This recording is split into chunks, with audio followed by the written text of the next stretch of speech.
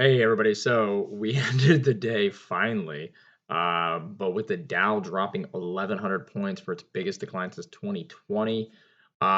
This is getting pretty gruesome. You got Under Armour's CEO going to step down. I saw Cisco reported poor forecast and earnings there too, so they're looking like they're going down by 17. I think they dropped 17%. I don't know if that was after hours or not. It was kind of a headline that popped into me while I was actually getting ready to do this video. But I kind of wanted to talk through this really quick with you guys. This is really interesting because their worst fears over inflation are rekindling the brutal 2022 sell. So they're still circling this around the inflation issue. Um, so this seems to be still funneled into that, and that people are still afraid of the inflation, and it's really impacting companies. And as that impacts companies, rising wages, higher prices could lead to more layoffs, more people not able to. I mean, you can't borrow against your stock if it's going down. I mean, you can borrow against it if you haven't already borrowed it, but a lot of times, oftentimes, you get to borrow based off the collateral of your company, and if that collateral evaporates, then it limits how much money you can borrow to do either R&D or build your a new location or all sorts of things, right? So all these things kind of impact everybody across the board. But look at this: the S&P traded at 4% lower to this $3,900, the worst drop since June of 2020. The Nasdaq slipped almost 5%, which is the largest fall in the tech since May 5th. It's like 2 weeks ago. It's like the largest fall in heavy tech since 2 weeks ago. Which I mean, I think right 2 weeks ago is probably the largest fall since probably sometime similar to around here when we had the pandemic stuff. And then we have the selling was broad and intense on Wall Street, which is 8 members of the S&P 500 in green. That's also interesting with the S&P 500 because Tesla got kicked out of that little group there that they and Elon Musk went a little bit crazy on that one, upset with people. So we'll see how that actually evolves. What I thought was actually interesting was this little quoted section here by Megan. It says the consumer is challenged. We started to see at the end of the year the consumers returning to credit cards to pay for the rise in food prices, rise in energy prices, and it's actually gotten much worse. This is going to hurt those bellwether retail places like Walmart tends to be one of them, and Walmart tends to be one of them. Yeah, this was interesting because I started seeing. I believe you can actually even look at it if you go to credit card spending. Oh yeah, credit card debt in America. Let's just go to America. See if that. And then we go to then we go to chart. Just do chart, and then that'll give us kind of an image here. Um, yeah, U.S. credit card debt and billions. This is to 2018, and I know there's a better one. Actually, I was looking at it. It's up. It's massive now. It's so crazy. Um, I can't really find the chart. I guess I wasn't really prepared to kind of say it, but you can look that up. They're actually the amount of people that are now financing everything via credit cards to just pay for their bills and what a lot of times they do is kite. It's something that it's a term kind of used for when you're paying for basically robbing from Peter to pay Paul, right? Or you're hoping that by swiping this credit card and only paying the $25 minimum balance, that allows you to get by because you need the $100 in food, so you're willing to pay the 25 a month. And you'll catch up. You promise you. It's like the Dumb and Dumber thing. So it's like that's better than money. These are IOUs, and you tell yourself, that you're gonna get caught up, but oftentimes, unfortunately, other things happen. Then, right? This was the importance of having a personal safety net savings account of a certain amount of money per how much your expenses are, which I know is hard to accumulate, especially nowadays with inflation. But it's super important to have just this nest egg of stuff that, hey, if you ever lose your job, if prices ever go up, if you ever have a catastrophe, like I mean, very easily you could have been somebody sitting there with COVID for 3 months in the hospital with either a ventilator on or some other issue. Um, and if you were in that situation, unfortunately, you might not have been getting paid from your job. And if you didn't have, let's say, a savings set up over there, and on top of medical expenses increasing, your medical bills, I mean, depending if you have insurance or not, I mean, this could have been very tragic and to your family, right? Not that not that you dying wouldn't be either, but you kind of get the point I'm trying to say is you never know when something's going to happen. You never know when you're going to break your leg and not be able to go to work every day if you're somebody that works with their hands or works with their legs, right? Um, I know my chiropractor, he actually got in a boating accident and like ripped his fingers off. And they were able to put him back on somehow, like through modern miracles of medicine. But he was genuinely concerned that he was basically no longer able to be a chiropractor without a hand, you know. So that's kind of like his profession, right? So that was it's one of those things where if you don't have this stuff lined up for yourself, and you have a lot of you can run into a lot of issues. And unfortunately, I feel like a lot of people are I mean, we might not have this housing crisis that we currently have, that we had back in 2008, but we have a massive debt problem, and it doesn't stop, there. I mean, look at the government. Oh, that's probably where I think I saw it. Debt clock. I think if you go to the National Debt Clock, the U.S. Debt Clock.org, look at this. Look at this $30 trillion in debt. And I think look, there was the credit card debt. It's up to 1.1 trillion, which I think the one we looked at before was. But then look at student loan debt, and that's so unfortunate for these kids. I mean, and you know what? You wipe away, what's this, 39,000 per student? I mean, you wipe away 10,000. I mean, who's paying for that? Oh well, we'll just put it put it up in this bucket because who cares, right? I mean, just throw it up in this bucket, right? Because at this point, that's all you're really doing. You're just moving it from here, borrowing from Peter to pay Paul, really.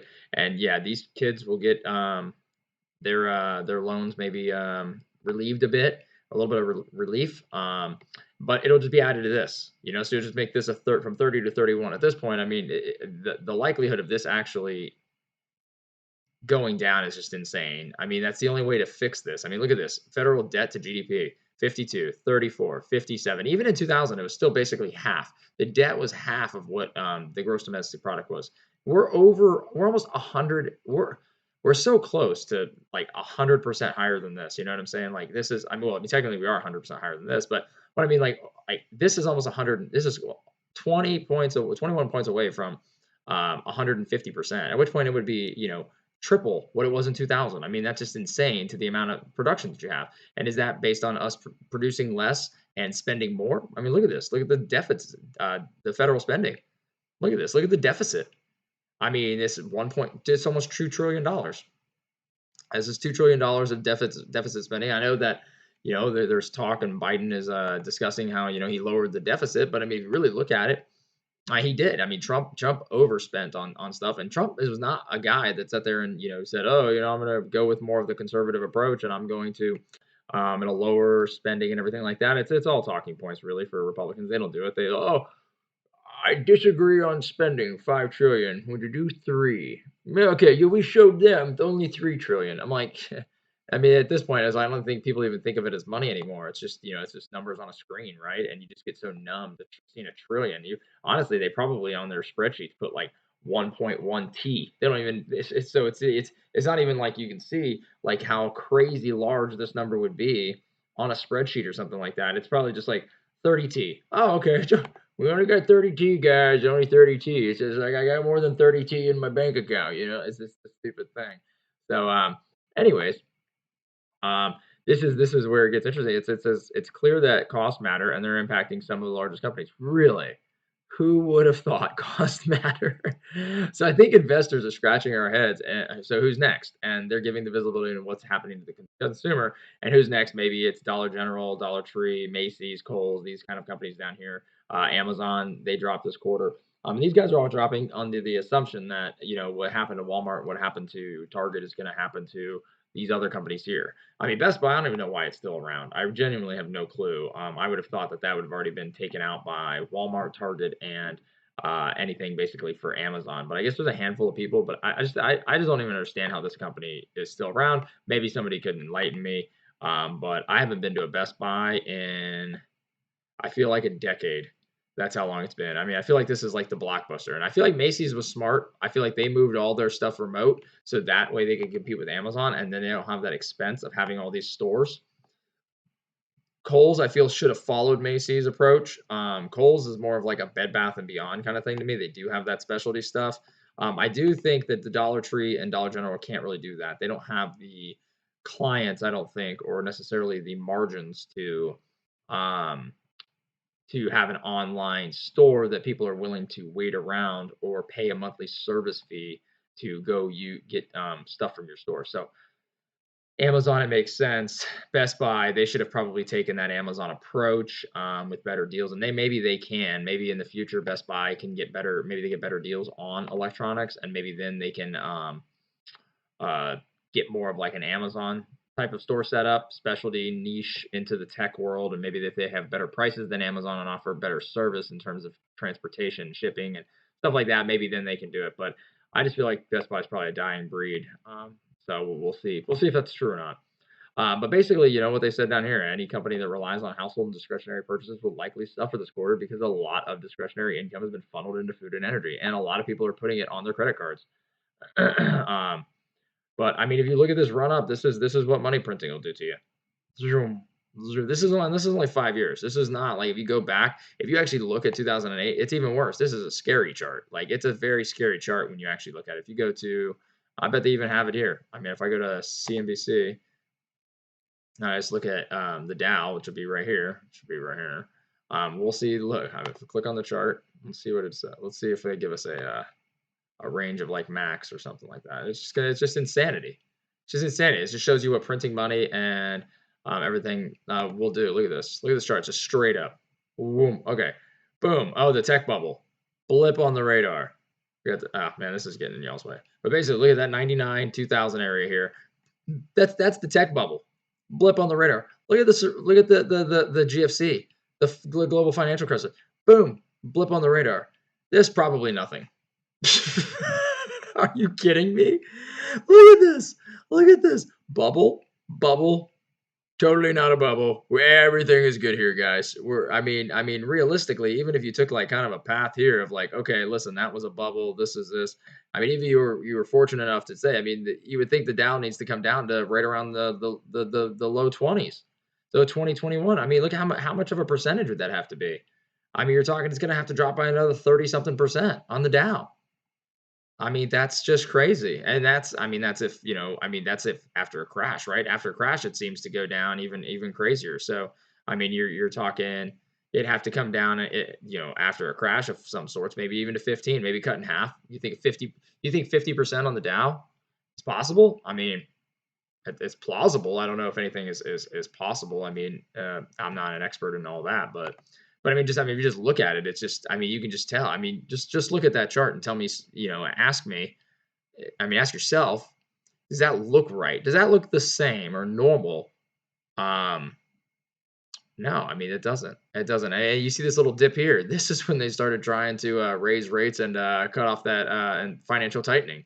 Look at this. It dipped from 28,000